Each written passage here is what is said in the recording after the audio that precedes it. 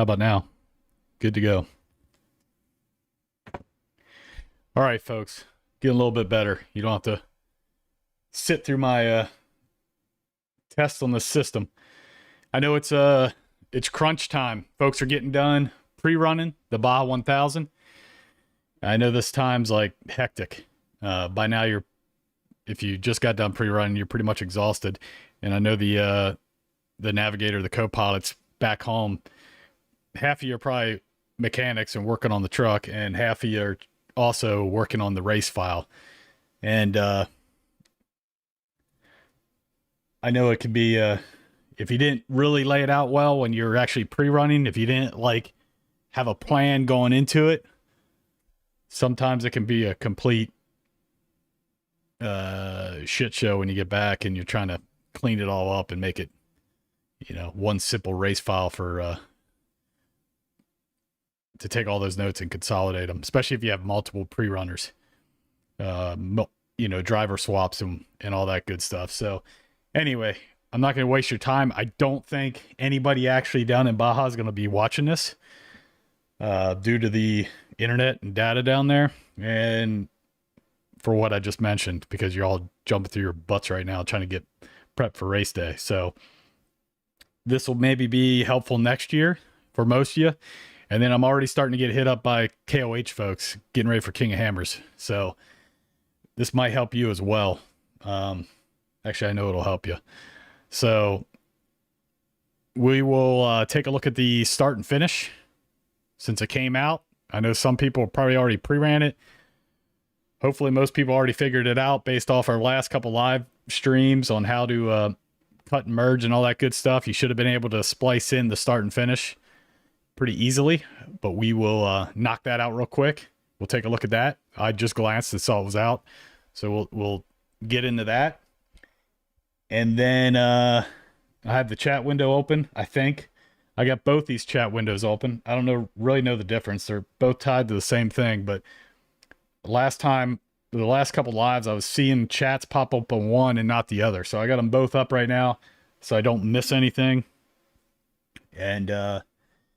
And then I do have some pre-running videos I mentioned that I have from the past couple of years of pre-running the Baja 1000. I might dig into those, here at the end, depending on how it goes. But anyway, let's get to it. I know if somebody is watching this from Baja, they're probably jumping through their tails right now. So we'll get to the point on splicing in the files. And if you are on here and you got a question, this is the time to hit me up and I can show you on the iPad.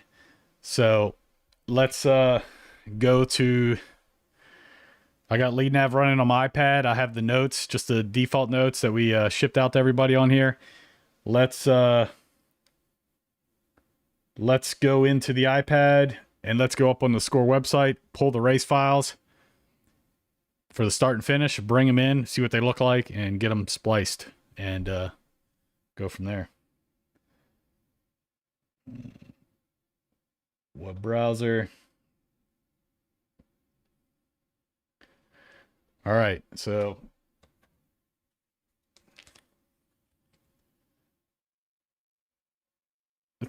let's go to the race.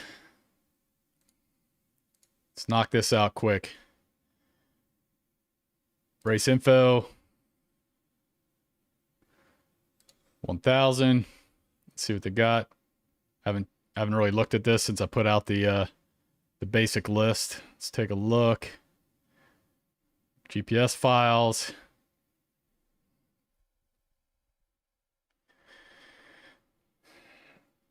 So look at that. Looks like, okay, start and finish area, GPX. Full course with patches. That's new. So I don't think anybody got my file needed that, but looks like they finally did update that. So let's go to the start and finish files. See what those look like. Again, they're capitalized .gpx's. So let me see if they actually import into my iPad here. Hold on one second. Let's see if they work direct for some reason. Pulling up my iPad right now.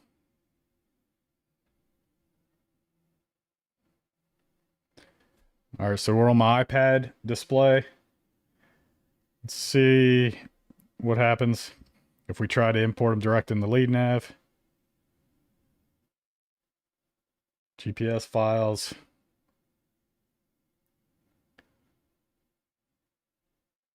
Start and finish. Download.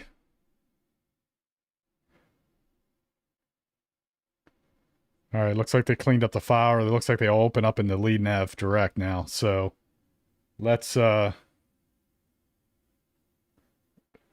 it a shot. You see it up on the display. I'm in my download icon. I'm just going to import it, see if it'll go into LeadNav. It looks like it will. All right. So we can do it straight from the iPad. Looks like they updated the files. Did something to them. Now they work. So let's see. I did glance at this earlier today, so I know what it looks like. It's basically one track for the start and the finish. They just put out the one track because it's the same. And it has the markers that go along with the track. I would suggest, if, you know, the first time you see one of these files, that you import it as a new collection, just to kind of dig into it to see what's in there before you dump it into your master collection. And again, you should be backed up. You should have your work. You should have all your pre-running from the past week backed up multiple times in multiple devices in Dropbox. Before you get into some serious editing like this, you want to be working with you want to duplicate your collection and work with an edit copy of the collection before you start going in and toying around with this kind of stuff. So you don't mess up all your work. So if you haven't already, before you do this, duplicate your collection and call it edit or something like that. And after we're done, you'll have a race ready, and you can rename it race ready. I usually do, Baja 1000 race ready. And then I wipe out everything else on the iPad, and I still have backups of all the stuff I had through the week on another device in Dropbox somewhere else. But on the actual race iPad, it's getting scrubbed before race day. Anyway, point being, before you would do this, I would suggest dumping it into its own collection to see what's in it. I know what's in it. It's one track and the markers that go with it, and it's pretty clean. So I'm going to choose to dump it straight into, I'm going to go against everything I just told you to do. I'm going to dump it straight into LeadNav, into the master GPS collection. You can see it imported one track and 41 markers into the collection. All right, so now let's go up to the top here. You can see on the iPad. We switch this over to live chat. This should be live chat too, just in case anybody jumps in here. There, see, I just switched this chat window over, and I just saw John. Yep, what's up, buddy? All right, so there's people on here now. I see them on the chat. All right, cool. All right, so we can see the track in the iPad just imported. It's got all the markers that go along with it. It's one track because the start and finish is the same. But what we want to do is we are going to convert that track right here. It's the start. We're going to convert that to a route. And let's rename that. Let's rename that. Well, it already is start. But let's just keep it simple. We're going to, again, I'm messing up here. I'm typing on my keyboard. All right, start. Let's rename that start. Let's double check the direction that it's going, because they gave this out as a single track. You don't know if it's actually the finish or actually the start. Let's take a look at what direction it's going. So let's go in and edit the start. It put us at the beginning, so I'm assuming this is the actual start leg. It's going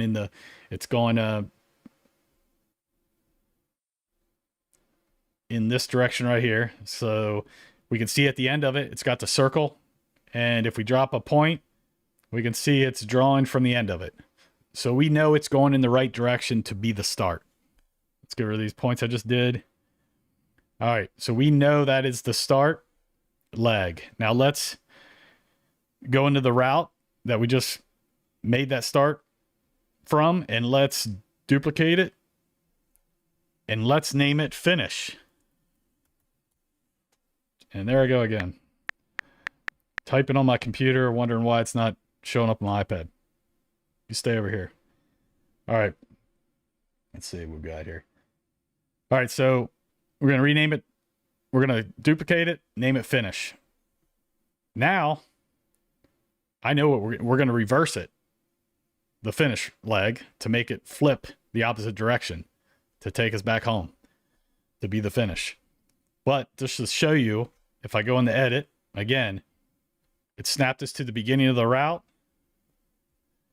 And at the end, you see the blue circle at the last point in the line. And I can confirm it by dropping points. It's continuing to draw the line. Or you can also hold your aim point on the route, and you can see down at the bottom, it's 33.24 miles. So that is the end, because if I hold it over here somewhere, if I hold it on the actual route, 10 miles. So you can see which direction it's heading. And in this case, we're trying to do the finish leg. It's going in the wrong direction. So I'm going to go to menu. Again, we're in the finish leg. See up top, the finish route. And we're going to go down here to reverse it. It's just going to flip it. Hit reverse. It has been reversed. Now let's go in the edit again. You can see it started us at the beginning of the route.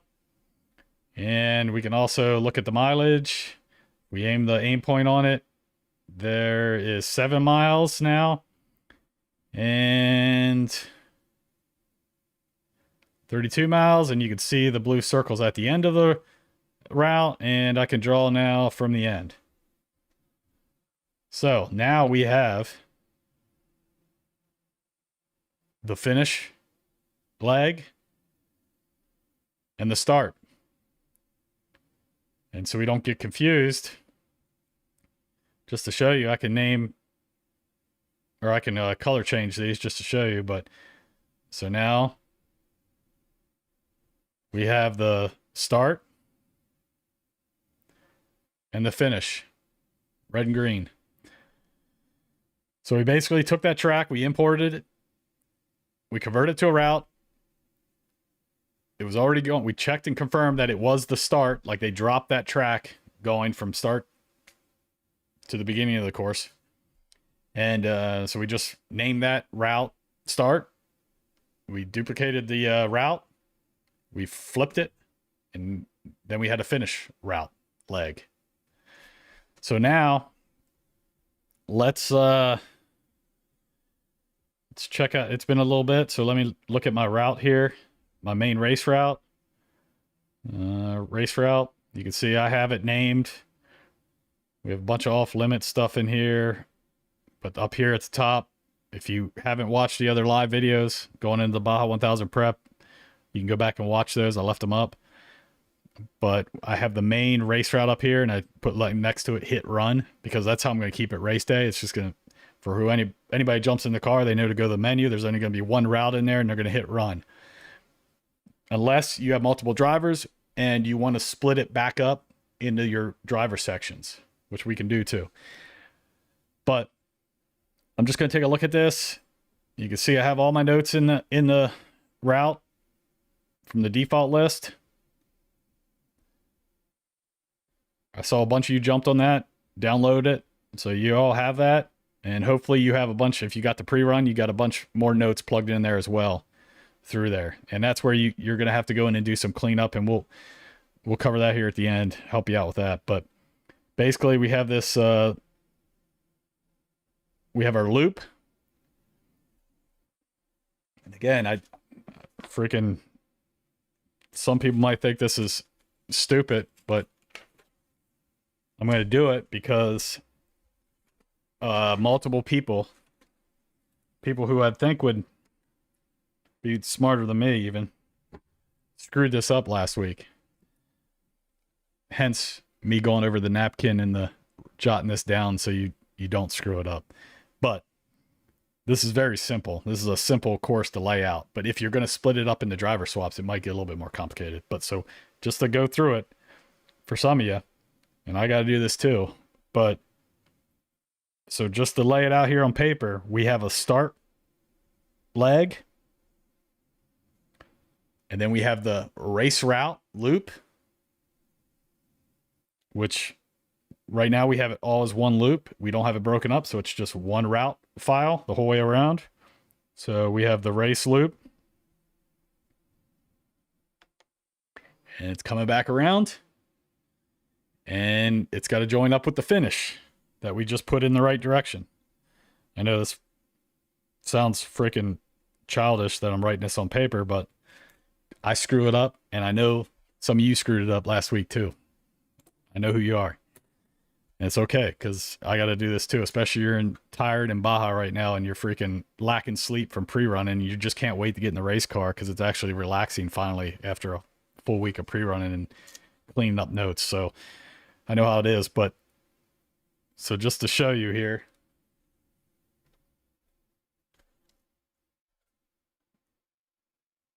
start, we're going to take the start, we're going to merge it to the loop, and then we're going to merge it to the finish in order. We confirm that they're all going in the right direction. And if we merge them in order and they're all going from start to finish in the right direction, it'll be a nice clean loop.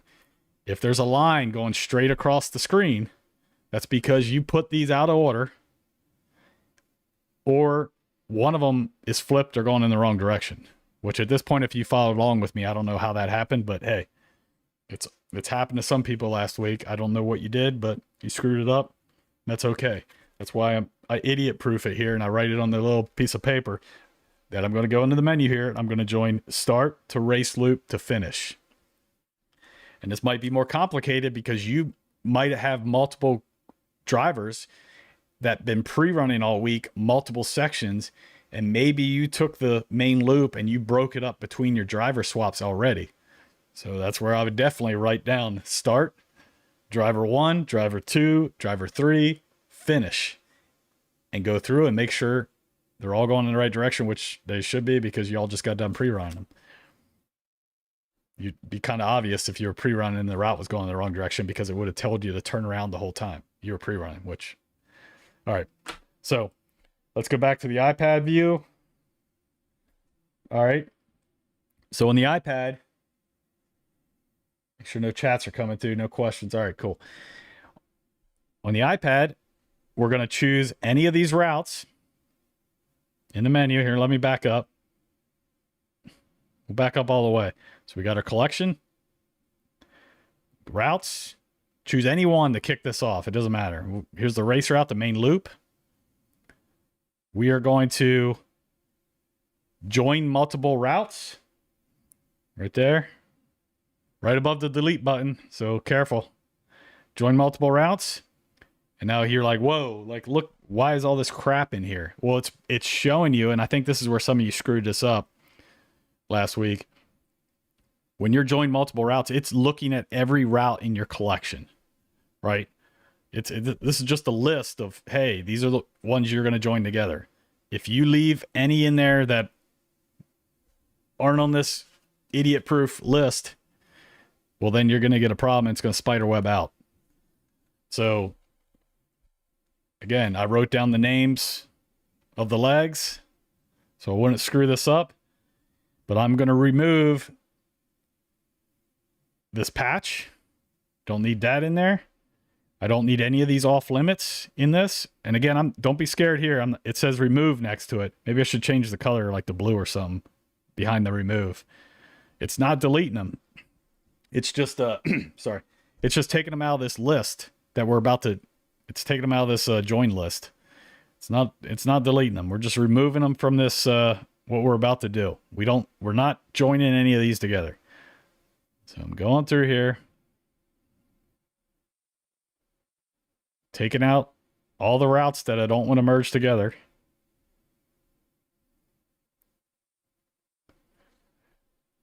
All right. Because I wrote it down in my handy dandy notebook here. We have the race route, the start, and the finish in this join multiple routes list in the menu. Those are the three we want. But hold on, they're in the wrong order. If you join them right now, it's going to spiderweb. If you join them right now, it's going to join the race route, start of that line, to the end of that line, to the start of the start line, to the end of the start line, to the start of the finish line. It's going to be a big spiderweb mess because it's joining front to back.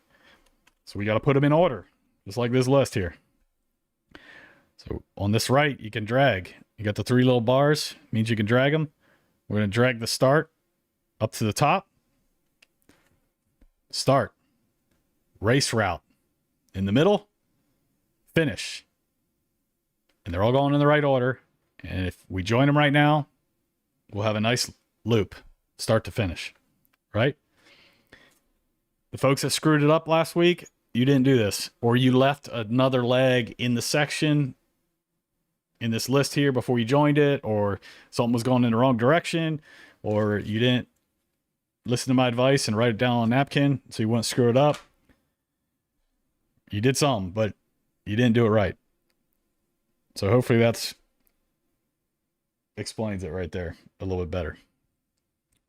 So we got them in the right order. We're going to hit join. Now, let's like I normally do, I'm going to name it Baja 1000. And I typically put next to it race ready.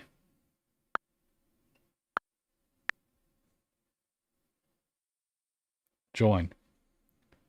They've been joined. Hit OK. Let's back out of the join list.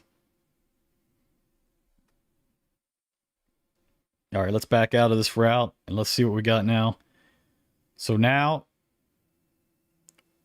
we still have the originals in there, right? So we have the race route hit run that we were working on. You probably named it race route pre-run day 1, pre-run day 2. If you listen to my advice, you kind of duplicated collections or you know, you backed it up or you just have a pre-runner route that you've been working on all week. So we just merged them together. Start. Here, go back to my list. Start, race loop, and finish. So if it's not one of these, and obviously off limits things that we kept in here that show you where you're not supposed to go, those routes, we're going to keep those in this file. But anything else not associated to off limits or start, race loop, and finish, which we just merged and called race ready. Down there you can see it. Baja 1000 race ready. That's our merge. We can look at it to confirm. Yep. Let's see if we screwed it up. Nope. We can see again, it puts a pin where they join together just to let us know where it's spliced. And you can see it has it on the finish and the start. Now let's see. It is a little funky right here because remember I spread them apart right there, the race route. But we're an editor right now, so I can get rid of this point, make a serpentine, and I can get rid of this one. And then we can drag this back. You know, because if you remember, I did that in one of our previous lives just to kind of tell which leg was what because they're on top of each other when we were doing our edits. So that's what that was. There's a point right here. I can delete this serpentine and clean it up a little bit more. There you go. So now we have our race route joined up with all the notes in there. So now let's go back. That's our Baja 1000 race ready now. That's the route we're going to run race day. We can get rid of the race route hit run because that was part of this list that we just spliced together. I don't need that anymore. So let's go into that, delete that. I'm going to delete the finish. That's just the finish lag. We already made it. We already spliced it in. So I don't need that route segment anymore. And I don't need the start because we already merged it into a complete route. So now in the route list, I have all the off limits segments, which we made orange so they stick out. So you're kind of aware of them so you don't drive on them, get penalized. We still have that patch 2 in there, which hopefully some of you figured out what that was. I think it was part of the Sportsman's deal. Maybe it was, I don't know, but I didn't put it into the race route because I don't think it was part of the main event. So I still have that route up there. And then we have Baja 1000 race ready. That's our main route. That's it. They're joined. It's one, right? Now,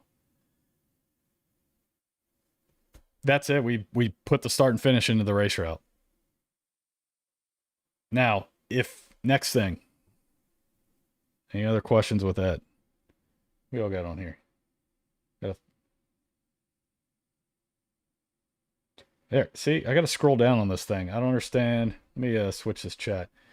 Teach me Obi-Wan. Yeah, I'm trying, man. Dan. I'm trying my best here. I don't want to insult anybody's intelligence, but I get it. And folks did screw this up last week, so sorry if you're if I'm wasting your time, but hopefully you got what I just put out. Now the next thing is, number one, even if you're a Iron Man woman on this event and you're like, screw it, I'm going to run this whole thing, and you just pre-ran for hell, we already have all the default notes in here. If you're on an older iPad, you see how I can just scroll around on here and there's no delay? Well, some of you rocking an old iPad, you might be scrolling around on here and it might be, freaking out a little bit. Especially if you pre-ran, dropped tracks, dropped hotlines, dropped color dots all over the place, dropped, 2,000 more waypoints into the file. It might be a little bit more sluggish because it is a lot of points. Again, if you tried to put this into your Lowrance as is, it's going to freaking explode, catch on fire, and die because it's not going to handle a file this dense. So if you're on an older iPad, you might see it starting to, lag a bit. Regardless, even on these new iPads that are fast, I would still suggest breaking the route at least once in half. The race route. Break it out a checkpoint, a pit, split it once just because of this event. Even though I know the iPad will handle it, this brand new Air 5th gen, I know it would handle the whole thing. But just for this event, because it has a start and finish that overlap. Now, LeadNav is smart enough to know which direction you're going. There's all these things going on in the background that are figuring out what you're doing while you're going along a route. Like, she knows, like, all right, he's heading this direction, this heading, he's on the start going that way. And she knows if you flipped around after a certain part of time and you're driving towards the finish, she's going to be like, oh, wait, he's going on the finish leg. Like, she's programmed to know what you're doing. Unless you do something weird or something glitches out. The fix is if you're ever running down the start section or she's like, go back. Well, first of all, give it a few minutes because there's time gaps in there where she's meant to like wait 2 minutes and then do a calculation and be like, no, he's going this way. For example, if you're on the race route and you cut a corner, like cut a couple miles off the course and just go through the desert and then you get back on the course. Well, for a while you're blasting through the desert off route, she's going to be like going, go back because she's trying to put you to the closest point in the route. And it's actually the closest dot, whether it's one of those little dots or a waypoint, whatever is closest to you when you branch off the route, she's going to be like, no, go to that point, go to that point, go to that point. Well, eventually when you get back on route or closer to the route or the further down section, and further away from where you left, if you understand what I'm saying without drawing this on a piece of paper. But she's going to be like, all right, no, wait, now he's closer to the finish and he's almost to this point, and she's going to do a recalculation and go, and you'll see the compass and her dial go, whoop, boom, go that way now, distance bearing and all that stuff. So she's made to do all this figuring out. Again, it's not just for racing. This is for like if we're out patrolling or hiking and we plan a route, but they're like, oh crap, I can go over that little valley and get back on course and cut 2 miles off my course. I'm going to just cut this corner. Well, she's made to handle that and then figure out, okay, I know what you're doing, and then get back on route. Anyway, all these calcs are going on. My point is, before I got on that rambling, was that even though she's programmed to handle knowing which way you're going on the start and finish, I still highly suggest you split the route up once, so you're only running a route down the start, and then on the way back, you'll run the next route, and it'll just have the finish, and they'll be separated. That also helps when you're pre-running the start and finish, so that you're putting in the right, like left turn and not a right turn. You know what I mean? Because coming back, it's going to be a left turn. Going out, it's going to be a right turn kind of thing. So when you're pre-running, we split it too. Or you just run the start section leg and run the finish leg on the way back. Or what you can do, which you're not going to do that. Sorry. You're not going to go back on the finish, but here's what you do. If you are pre-running the start, which probably everybody already did, hopefully. Maybe you are doing it during contingency or tomorrow or something. If you are going to run the start, do what we just did, convert it to a route, run the start, put your notes in it, right? And then when you're going to drive home on the highway, obviously you can't go back on the course. You can't drive the finish, right? Backwards on the course. So when you get home, you can take those notes that are in that route file, do a reverse route. And here's the thing. LeadNav can't flip your verbiage that you put in backwards, but she will flip the default language in the waypoints. So if you were pre-running on the way out and you put a stay left, or you hit the stay left arrow, for instance, if you hit, let's see here. If you're pre-running and you hit the stay left, right? Left. If you hit the stay left and drop that waypoint, when you reverse a route, she's smart enough to flip those symbols to a stay right and the verbiage. But if you go in here and you enter something like stay left at river bottom bed, or if you change that verbiage, she can't flip it. So it's still going to be going the wrong way. And the cursor will be going the wrong, the symbol will be going the wrong way, right?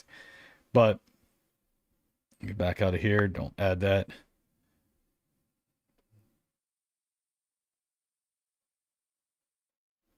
So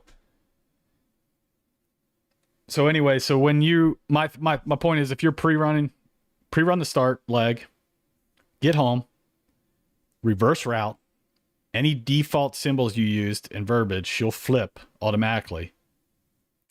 You're gonna duplicate the start, reverse it.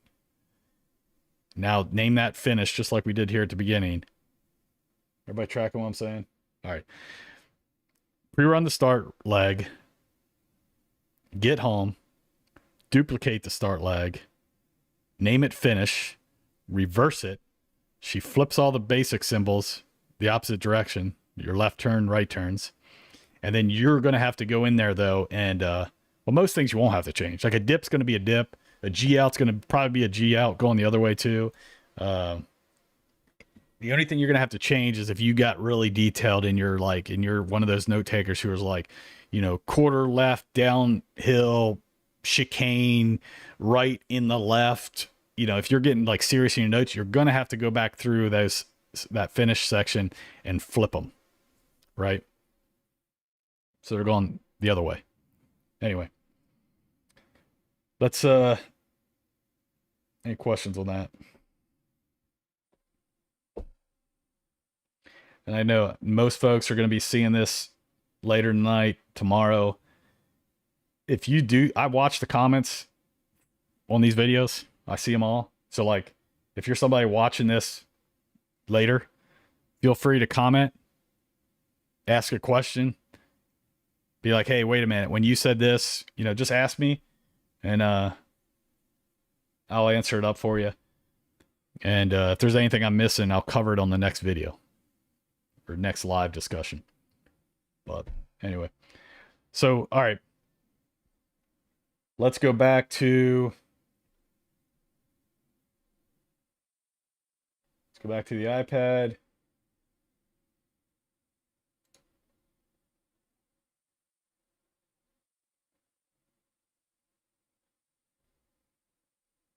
All right. So we have a race route. Let's say that you're like me right now and you have a complete one file and you want to split it once. Well, let's back up out of here. Or start everybody from back here. Menu, routes. We got our main race route, race ready. Now let's go into edit. All right. Let's scroll first into the start and finish and figure out which segment's what. And we're going to have to do what we did the other day. To kind of tell what's going on here, I'm going to just drag and separate these a little bit. And now I know that's the finish because the mileage is 830 and it's got the blue circle around it. And if I drop, it's continuing to draw a line at the end. So this section right here, that's the finish. This is the actual start. So if I double click on this, on the dot at the beginning of this leg, it highlights it, right? Now carefully, because this, again, like the other night, it's kind of buggy. If you fat finger or touch something else, it's easier just to back out of this and come back into it, or you'll start trying to select stuff and it gets all bugged out. But what we're going to do, we're going to go down the race route. And let's say here, if you're going to pair up with some, or if you're even going to Iron Man this, let's see, probably a pit. You're probably going to know a pit that you're going to want to do this at, but here's BFG pit 2, right? Let's just say that this is a good spot for us to break the route apart. And again, you want to break it apart at a place where your co-pilot or you can, or a dirt biker can, you know, get his water, take a little break, go into the menu, choose the next route segment, the next leg, and hit run on it. So you don't want to do this in the middle of freaking, you know, the silt bed section or something like that, where you got to flip routes. You want to do this where you kind of have a minute to sit, or on a highway. I mean, if you're Iron Man in it, and for some reason you don't plan on stopping after 1,000 miles or in between anywhere, you could technically, you know, on a highway section, be careful and swap routes. It's an easy spot too for a co-pilot to do when he's not bouncing around to reach up and hit the next route leg. But let's say we're going to do it at BFG pit 2. So we double clicked on the start of the route. I'm going to double click here. Let's do a little bit. I don't want to double click on this actual pin. So let's do it on this dot right here before it. Highlighted in yellow. We're going to copy section. And let's go Baja. We'll stick to our 1000. We'll do our little, and let's go leg 1. You can do whatever you want here. You can do mileage if you want to put 0 to whatever mile marker this is. If that's how you want to name it, however you want to name it. I'm naming it leg 1. Copy. So now we copied that section out.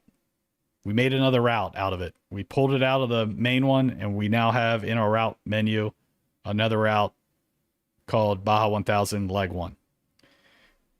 I could show you that, but I don't want to screw this up because I want to go right here where we left off. Actually, we'll click on that same dot because it'll be we'll click right on that same dot, highlight that one. And now we're going to be careful, go back to the finish without fat fingering anything on this screen. We pulled them apart so you could tell which is which. Again, remember the The end of it has the blue circle around it, and you can see off the mileage, 830. Let's double click on that. And it highlighted it back to where we just selected. Copy. Let's name it Baja 1000.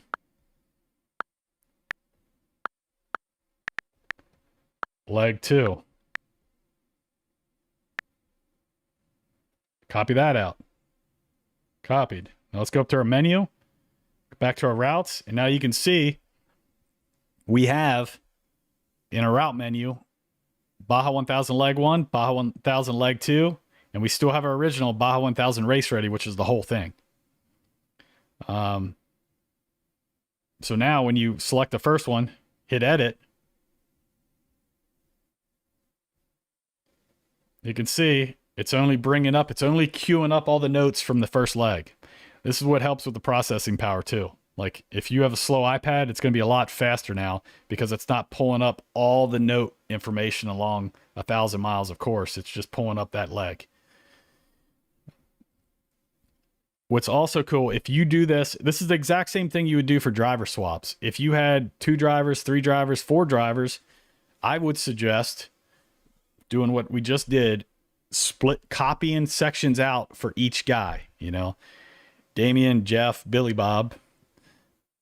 Copy those sections out, name them Baja 1000, quotes Damien, Baja 1000, Jeff, Baja 1000, Billy Bob. And now you have those 3 route segments that each time they get, or when they get in the car, they go to menu, click on their route section to bring it up, and they hit run. I suggest doing that too, because the mileage that person gets, say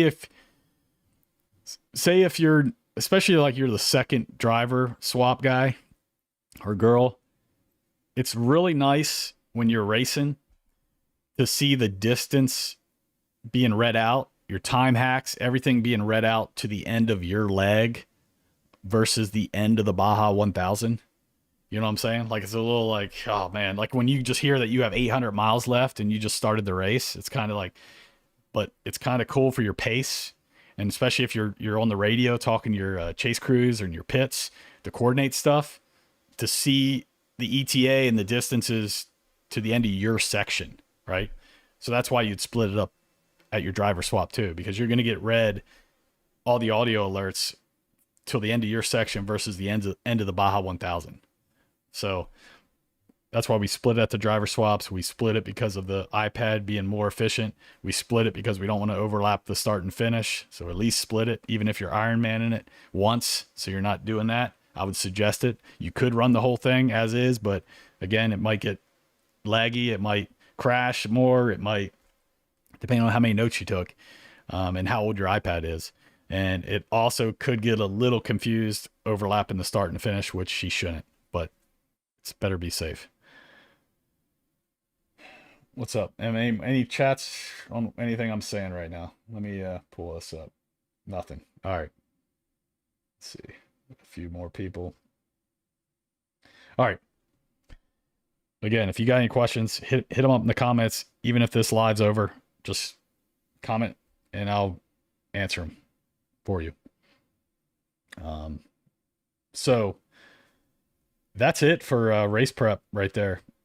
As far as prepping the legs and the segments, we didn't really get in the pre-running strategy. So some of y'all, it might be a complete freaking mess for you right now if you didn't go into pre-running with a plan. Again, I have all these past pre-running videos that I just pulled up from past iPads, and I'm like, wait a minute, now with this system, I can sit here and actually kind of talk through pre-running strategy. I know it's a little late for y'all for the 1000, but definitely for the KOH, we'll get together on here and discuss pre-running KOH prior to everybody being out in Johnson Valley where it's a dust bowl and there's no internet. And I'm sure we'll all be showing up with Elon Musk RV satellite hotspots, which is great. The thing's amazing, but I'm sure when 10,000 of us show up on the lake bed with them, I will see how that goes. But I don't think we'll be able to do a live while out there with y'all, but and you won't be paying attention anyway. So we'll try to do a pre-running class or an overview prior. And then hopefully I can take all these pre-running notes, these screen recordings, and put them into kind of a course. And I'll put those up on the channel. What else? How long we been going? How long was that? Where's my timer? Oh, it's right here. My timer's okay. Look at that, 45 minutes. I felt I went a little bit faster, less rambling. Sorry, getting better. Less. I'm more confident in all this crap running and recording. But that's it, folks. I'm gonna close it there. If you want to stick around, I'll show one of these pre-running highlight videos I got queued up here to try out to kind of show you. I hope everybody had a good time pre-running the past couple weeks. I wish everybody luck on the Baja 1000. Have a good time, be safe, and all that good stuff. And I feel for the guys that are scrambling right now with their notes. I know how it is. And again, going into pre-running, it's how well you plan out your pre-run, how well you do at taking notes in the field. You either got to do the work in the field or the work back home. So I know for me, at the end of each day, heck, even at lunch breaks while pre-running, I try to go in and clean up everything. Half of pre-running, I got notes marked detailed when I could, when I had time to mark them, which is easy to do if you have your iPad set up correctly. I mean, I know people are bouncing around in the car, but I mean, I've pre-run the past couple races. I think we were averaging like, I don't know, really like above race speed. And I still got all the notes that I felt I needed. It's all about rigging up your shorthand dictionary and your keyboard, getting everything dialed in like that. A lot of it's like marking enough notes in the field while you're bouncing around. And then when you punch out to a highway, you know, it's memory going back and be like, oh yeah, those notes right there, that was these rocks or that was this. And then while you're on a smooth road surface, going back and doing an edit quick and dialing those in, again, saving time. So late at night, you're not, you know, the guy's sitting in bed, you know, losing sleep, cranking on this and jumping in the race car, you know, and finishing the file 1 hour before you start the Baja 1000, which I've been there. It sucks. But let's double check these chats again. I got both the chat windows open. I should see stuff coming in. I think we're still good. Let's show one of these videos and we'll call it. Yep. So let me show. Let's pull up one of these. So I have screen grabs from, I don't even know which Baja 1000 this is. I have a couple of them from the past couple of years spread through there, but I would just basically do screen recordings. There might be some bugs in these. A lot of times when I was pre-running, it's a good time to test. So I would be screen recording for hours, just in case I caught a bug. I could send back to the coder and it's easier to show them, you know, hey, this is why it happened and pattern it to kill the bug better. So we'll see what's on these screen recordings, but I'll try to pull one up here. Let's see here. I think I did this right. Okay. Here we go. 3, 2, 1. Look at that. That worked. All right, let me hit play on this. Looks like it's working.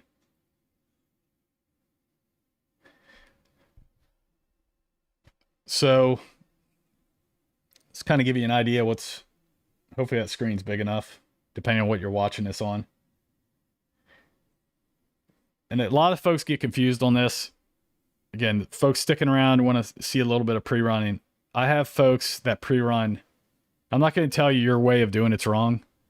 There's folks who will just, on LeadNav, go to menu, markers, hit new, and they'll be pre-running dropping a track in marker dropper, just dropping freestanding markers, which would be just like a Lowrance.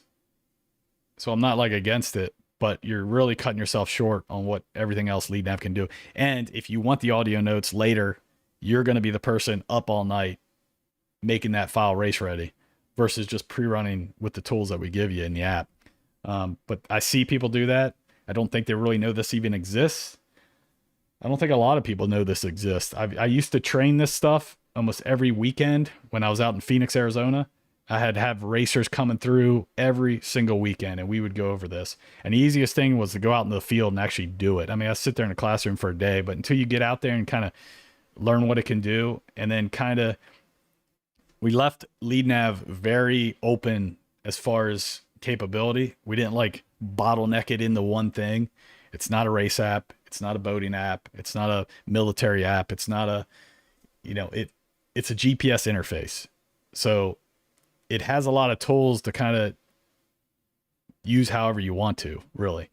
But when we first got into this, again, if you look back at my history, I was building this while I was in the military.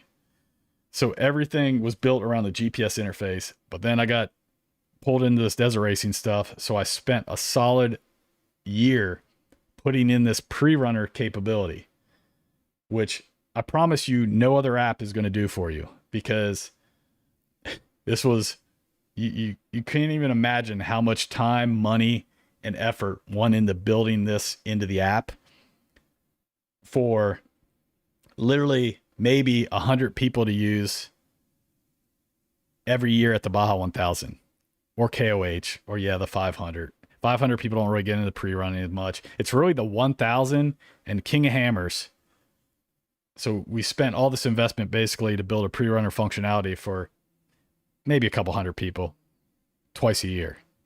So again, I was in the military. I was my hands were tied doing other things. So I focused on desert racing for like 2 years. You're welcome. But we spent a lot more money than we'll probably ever get from the folks actually pre-running. But anyway, here's the functionality. I'll just kind of go over the view. It's running on the screen right now. But basically, the way pre-runner works, you're editing the route on the fly. It has to do this by design. I got folks asking me, and trust me, during that time we were thinking of all kinds of different things, and there's definitely things I would like to do to just blow pre-running away. Like there's functionality I could add that would be insane for pre-running, but again, it's tough because I'm catering to like 200 people with it, and app development is very expensive. So, but I think what we built is pretty damn good, blows anything away that's currently out there.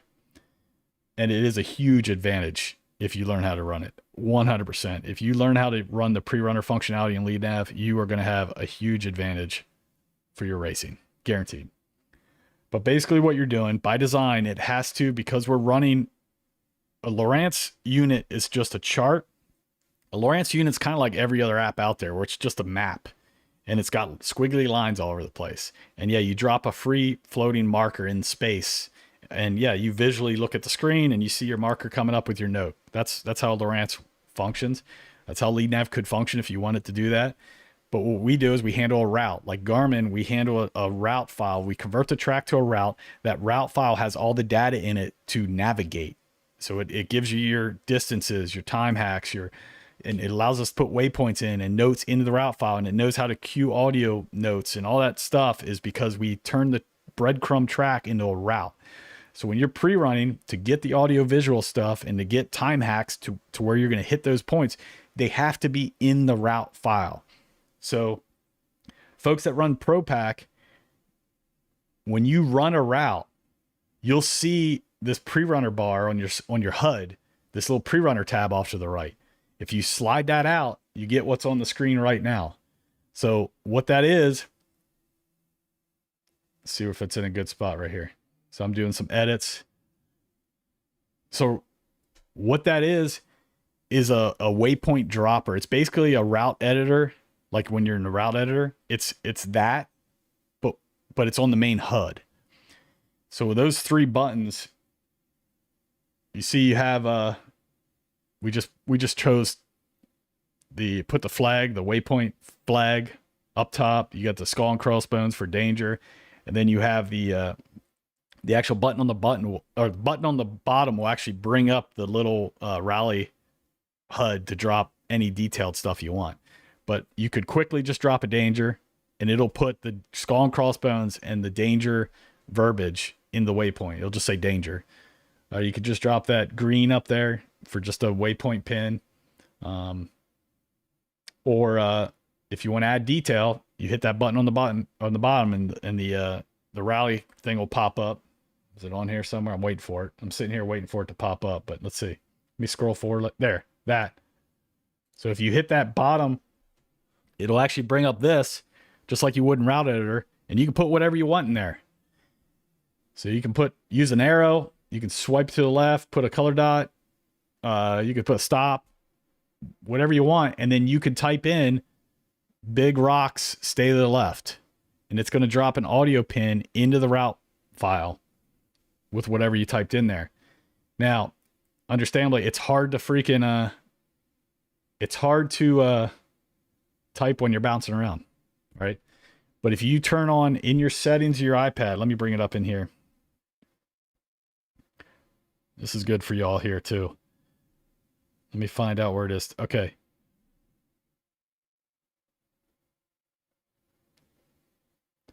I got some pretty bad stuff in here. I need to wipe this out before I put this on TV. Actually, I'll leave that one in there because it's kind of funny. But a couple of them were bad. All right. Let me back up so I can start you off from scratching that. All right. So we're going to bring up the iPad here in a minute. I'm going to show you some little tips and tricks here to make this easier on you while you're bouncing around the field. Impossible. So bring up my iPad. So we're looking at the iPad, right? So I'm back in the screen. I'm out of LeadNav. I'm going to go to the settings of the iPad. And down here in general, you have keyboard. I'm going to go to keyboard. And first thing you want to make sure that's on, you see down here, about 1, 2, 3, 4, 5, 6 lines down, predictive. You want to make sure predictive is flipped on. What that's going to do is when you type in stuff, it's going to learn what you commonly type. If you're typing G out or big rocks or whatever, after a couple times, she's going to know that's what you're going to type. So as soon as you touch B, when you're bouncing around, and as soon as you drop that waypoint into the route and you try to name it and you hit B, it's going to bring up possibilities above you while you're typing. It's going to spell out the complete phrase or the one word. It'll spell out big, rock, whatever. It's going to spell that out. It's going to start helping you type in faster, right? So you can get a couple letters in and choose your word up top. But what's even faster, which here's the freaking, who came in? I think the first people to do this, I think JJ with, back when Team C Racing, I think he started doing this, and Rob Mack started doing this, was here in your settings up top, you have text replacement, right? So yeah, there's some funny ones in here. Because when we do classes, people figure this out and they'll put all kinds of crap in here for their buddies while they're pre-running. So basically, this is a shorthand dictionary. So you can make, let's see what I already got on here. So you can go up here and hit the plus sign, and you can put a phrase. You can put, let's see. I don't know. I already have a couple in here, so I'm trying to think of something new. Do I have silt? Silt bed. Right? So if I want to say phrase, silt bed, I can put, let's just see, SB. I think I could just do, it used to be 3 letters. Now they let you do 2. So I can just put SB as my shortcut. Hit save. Now you can see down here, it has silt bed. You can see what else I have here. I have RL for rock on left. ROR, rock on right. RR, rock on right. Why is that twice? Hold on. Oh, that's because they used to make us do 3 letters, so I don't need this one in here anymore. And I want this to be caps. I don't like that. That's not, when I see rocks, I like them to be put in caps. So you can put in the exclamation marks. You can put however you want this thing to show up on your screen, extreme danger or whatever, but you're probably going to, on extreme danger, you're probably going to stop and actually put in details. But save. But basically, you can sit here and create this shorthand dictionary. And when you're back in your, let's see here. So when you drop a note and you start typing it up top there, when you start, you can do your shorthand. You can type RR, and it's going to spell across the screen rock on right above your text, your keyboard. You'll see the verbiage pop up, rock on right, as soon as you type RR. And you can go, while you're bouncing around, RR, and you'll see it and just hit it, and it's going to fill it in for you and hit save. And you just entered in detailed notes while bouncing around in the car. That's huge. That's your tip of the freaking night right there. That's one of the big ones to help you actually pre-run efficiently. So looking at this screen, you can see we're cruising down the course. I'm recording a track. You always want to be recording a track line. You can start and record. You could stop and start recording tracks whenever you want. We'll stop. Like I'll record one while we're going down the course. But if we see a hotline we want to check out, I'll stop track recording. We'll back up to where that hotline was. I'll start track. I'll tell the driver, be like, hey, hold on a minute. I'll stop, start, and be like, all right, we're ready. And then we'll track record down that off section, that shortcut or that hotline. And I'll show you in here in a minute if it does it. It's probably not going to do it in here.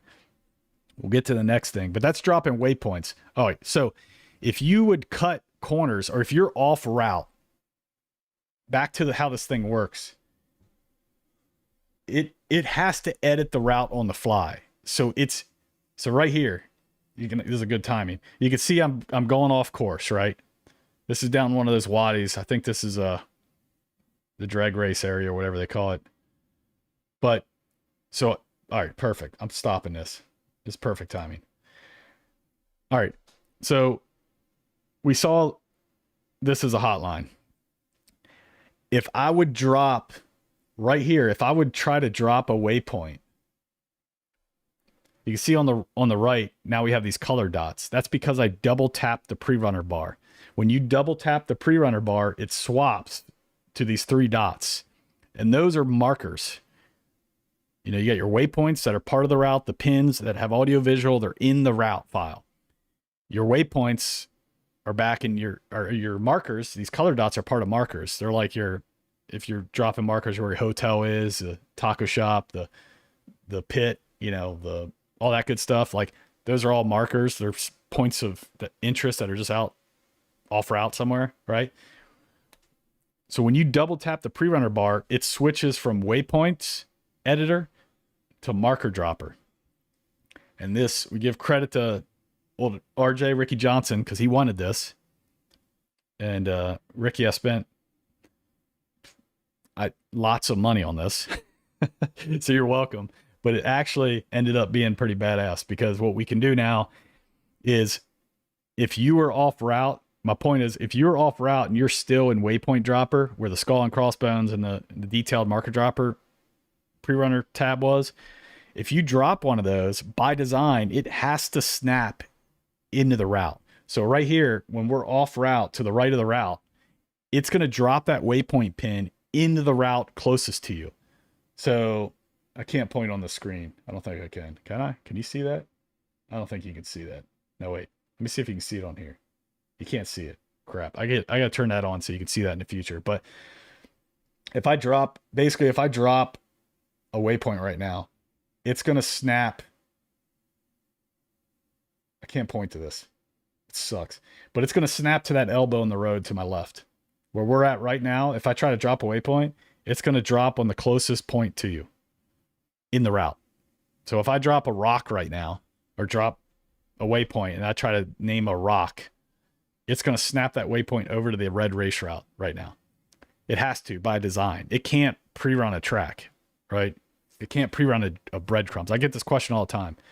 And folks ask me like, well, can you pre-run while dropping a track and turn a track into a route while and we've discussed this and what a freaking nightmare this would be. If you think about it, it would just become a complete mess and it would keep you up all night trying to fix your crap that you just created from the full day of just birds' nests and going backwards and all that stuff. It would be a complete mess. Anyway, this is the best way, is my point. So your options are, when you're running a hotline, you can see we're still track recording, we're still dropping a blue line, right? Well, I switched. I double tap on the pre-runner bar, just double tap on it. It switches it back and forth from waypoints to markers, these color dots, and you can drop these color dots where you are at. They drop on your position. They're just free floating colored dots. They have no audio attached to them. They're not going to like read out race day. They're just visual. It's just a visual indicator on your map screen. It's not a waypoint. So, but what we can do is we can blast down this hotline and we can drop these colored dots. So you can see we already took this hotline. We're checking it out. I'm going to play it. And you can see I like this hotline, right? I'm like, oh, this is great. And so I just started dropping greens because I'm like, oh yeah, this is money. We're going to take this race day, right? And so just dropping green, just, I'm doing this because when we get done pre-running or maybe this is before lunch or after lunch at dinner, I'm doing this because when I get home at night, if I like that and there's a lot of green going down that hotline, I'm going to go in the route editor. I'm going to drag the race route over to that hotline that we just mapped out. So I do this as an indicator so I can remember, be like, oh yeah, that whole section was green. That's where I just kept peppering greens. Now, maybe I'll do it here. I don't know on this video. See there I just double tapped and I switched back to waypoint dropper, right? Because I wanted to drop a turn left there. So I wanted to drop an audio visual turn left into the route file. And that's what I just did on the fly. And we're, so you can bounce between the two.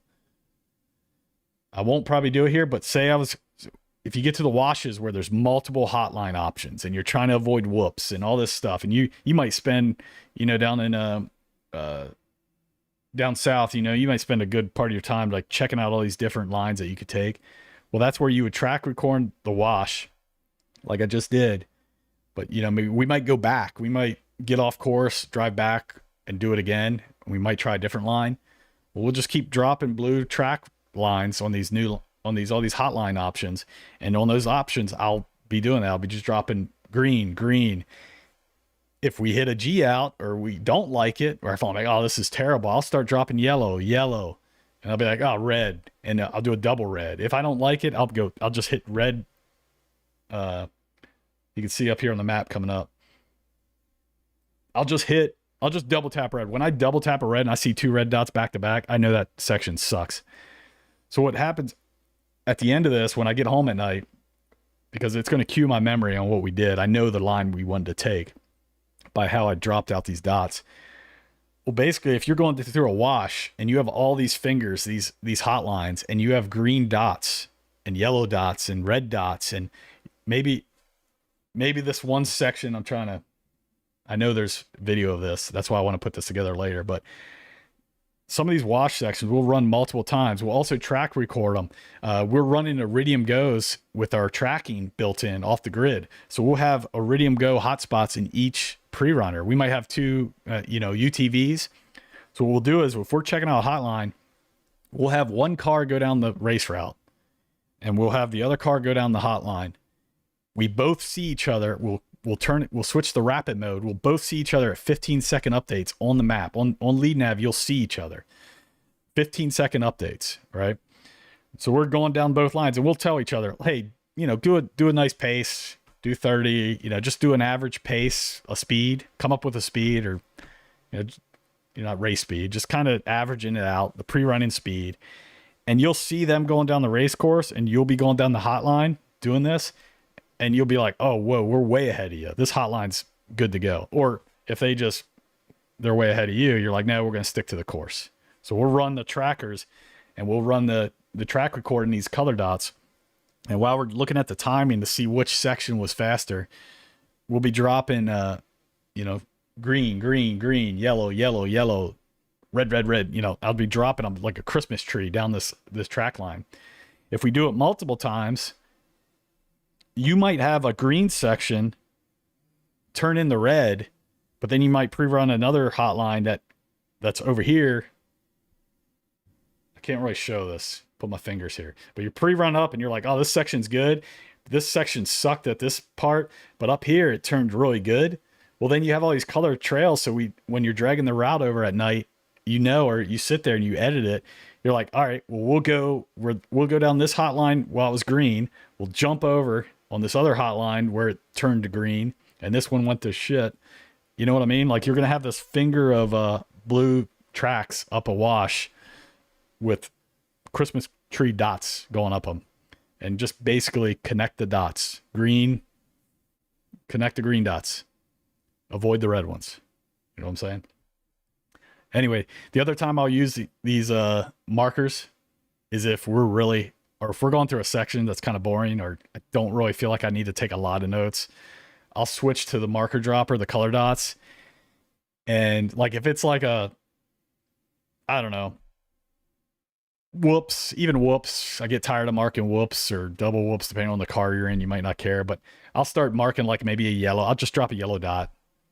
I like to do like doubles, because if you butt dial or sausage finger in a dot, you might be like, was it really bad? And then or if you drop in a yellow and then it's like green, green, green, or it's like green, green, green, and a yellow and a green, green, green, you might be like, well, did I just accidentally put that yellow in? But if I really see something I want to mark, I'll do a double. So I'll do a double yellow. I'll just hit the yellow button twice, and it's going to drop 2 yellow dots back to back. And I'll be like, yeah, that's definitely a caution area. Same on the dangers. Like, if it's a double red, I'll probably take the time and be like, all right, hey, I got to mark that. Like, if there's a off camber hard left with a freaking cliff on the outside edge, then I'm like, hey, hold up. Let me put this note in, and we'll actually put, off camber, hard left, drop on right, or whatever we want to put in there. We'll actually stop to do those. But sometimes I know how it is. You're getting, or if you don't have a lot of time pre-running, you can just switch to the color dots and pepper it with colored dots. And those dots, I guess, my point is, those dots kind of mean to you whatever you want them to mean to you. Like, they're calibrated to you. So, however you want to use them. Doubles, triples. We have this joke when we're on a fast section and you got those blinds and you don't know what's on the other side. That's where we'll switch to the color dots, and over the rise, I'll be like, oh, that's green, green, green, green. If we weren't sure, as soon as your driver lifts off the gas, right, that it's he's questioning what's ahead. That's where you want to trigger dropping a point. So if we're using the color dots, he'll get over the blind, and I'll put like green, green, green back to back. So when we're racing, we joke, it's like triple green, just joking, like just hauling ass down a straightaway through the blinds that are straight. Anyway, use it however you want. On that too, see right here where I just dropped that. Here's another point.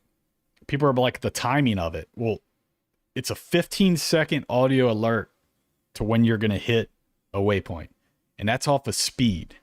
And if you're doing 100 miles per hour, she's going to alert you 15, or I think it's 15 or 30. I don't know, but it's a perfect distance because we had a lot of research done on this.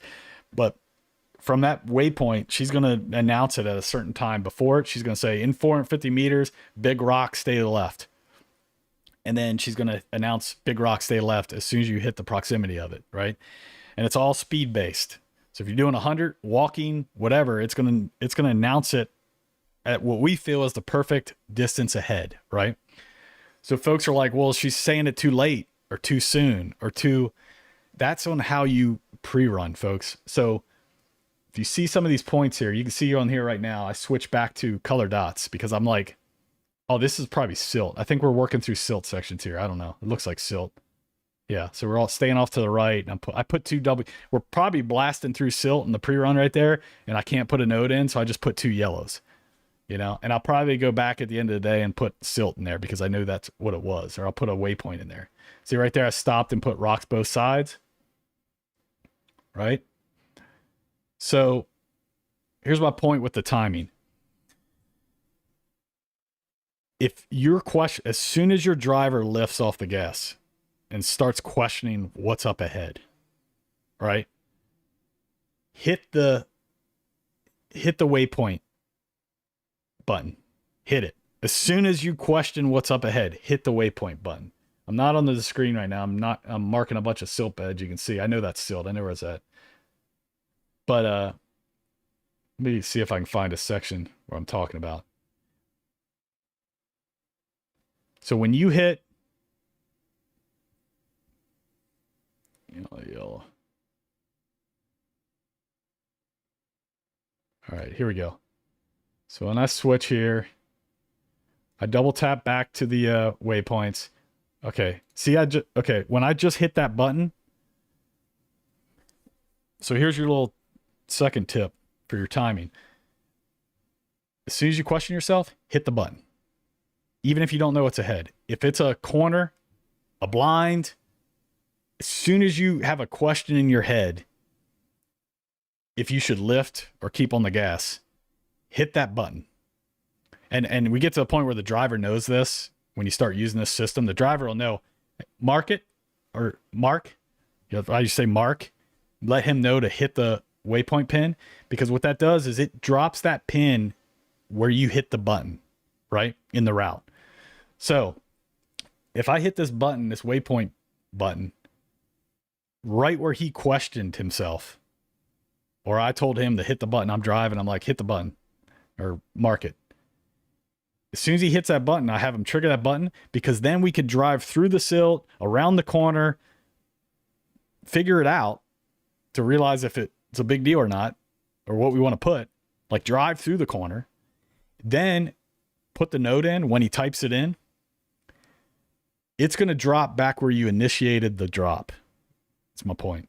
So what that does is it times it perfect at a 15-second warning before you questioned yourself. You know what I'm saying? So like driving straight away, there's a blind. You have no idea what's on the other side of it. I mean, you see your route line, but you don't know. Or there's a corner. You don't know if it's a bad corner or it looks easy on the line. Maybe it's a hard, maybe it's a drop. You don't know, but you're questioning if you should let off the gas. Hit the button. When you hit that button, it initiates where that waypoint's going to be. You could drive 2 minutes, 5 minutes, 10 minutes down the road. As soon as you get time, as soon as he's done bouncing around through whatever it is and figuring out or you get through that and he's like, what'd you think of that? I usually like ask the driver, what'd you think of that corner? And he'll be like, hey, put hard left, then stay right or something, or whatever he wants in there that he wants to hear while he's racing, because he's the one that started questioning himself, right? So as soon as you get to that corner, put in your note, it's going to drop back at the start. My point is that timing of that is perfect, because if you drop that waypoint after the fact, if you start questioning yourself and drive through the corner and then you're like, hey, mark that. Well, now your pin is through the corner. It's going to announce it too late, right? It's going to announce it after you start questioning yourself, is what I'm saying. So it's all timing. So you start using this, you're like, all right, mark it, drive through the corner. I just tell, all right, hey, put a slight left into hard right. Drop on outside or whatever you want him to put. It drops at, you get read it out loud race day 15 seconds before you even know it's coming in ahead of you. And the timing is perfect, because you're going to 15 seconds before you start question yourself, she's going to cue you and say, most likely you're going to know it because you run this system. You start dirt diving it in your head. You're visualizing the course more on this system. So you're going to know as a driver, as soon as you hear that audio that you told him to put in, stay slight left into hard right, drop on left or whatever you had, you're going to know you told him to put that note in. It's going to tell him 15 seconds before he starts questioning himself. You get it? Anyway, that's a big one. That's huge tip right there for you folks. Pre-running. There's a bunch more. I mean, you can use this system. Hit play on this. You can use this system however you want. There's multiple ways to do it. The tools are in there. I haven't met somebody, folks, I brought this system in. I come from a background where I know there's a such thing as too much technology. So what I try to do is, even when I work with the race teams, figure out what you do, how you operate. I've worked with teams where there's multiple trucks in one team, like trophy trucks, 2 trophy trucks, and multiple drivers and navigators. In one team, there's differences between how one driver navigator operates and how the other one operates in the same team. One likes to just drop color dots the whole race, right? I've talked to folks who are like, I just like the color dots. Some folks believe I don't need these detailed notes, because if you need to hear that much information, you're pushing it too hard and you're going to screw up anyway.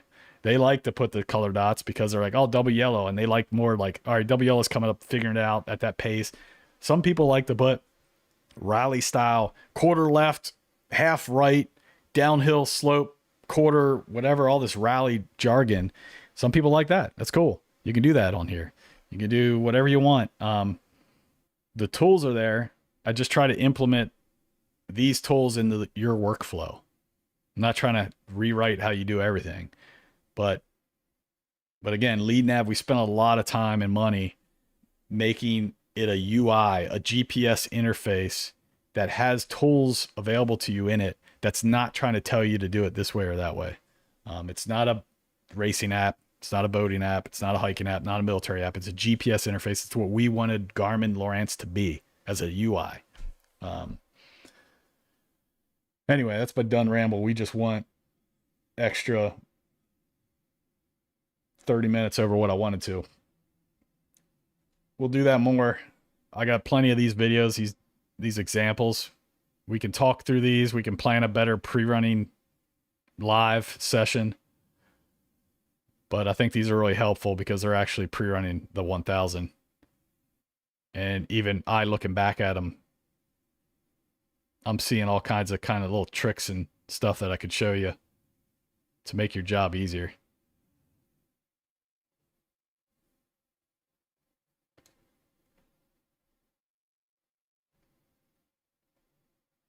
That's it, folks. I'm done. I hope y'all got something out of that. I think I'm going to try to, I've been bouncing around the idea. I don't know how I want to do this. I guess what folks do is I'll do lives like this, and then hopefully I can do it a little bit more, I don't know, better, so that I'll take these lives, I'm recording them, so I can then go back and chop up what I'm putting out into specific videos, like pre-running, merging the start and the finish, where I just have a snippet of that first 30 minutes of this talk in a video that's organized up on the YouTube channel. I did shuffle stuff around on the YouTube channel a little bit, so you should be able to find stuff a little bit better. Now, I'll continue to do that as I build the courses out. Again, I just hope everybody has a good Baja 1000.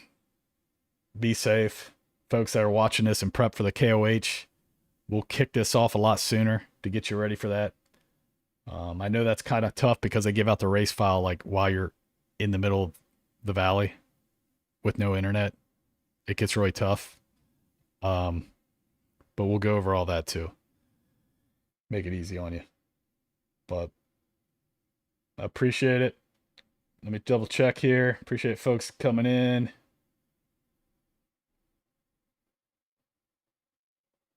Have a good race. Like, subscribe, comment. I like to see the comments in here. I tell you what, this YouTube stuff is the feedback I've gotten on the YouTube stuff is it's big. Like, a lot of people are hitting me up after these videos appreciating this stuff. So I appreciate you for watching me ramble. I'll try to get better at it. Be able to show you more examples up here, figure all this stuff out, make it easier on you. And it helps me because I have folks hit me up, 100 folks hit me up in a week asking me little questions that I can just point to a YouTube snippet of and say, hey, go check this out, versus me teaching everybody individually. So have a good race. I wish I was there. It's like one of the only years I wasn't there. Last year was kind of hectic. I didn't go. So it's actually been 2 years, I think. But again, have a good one. Out.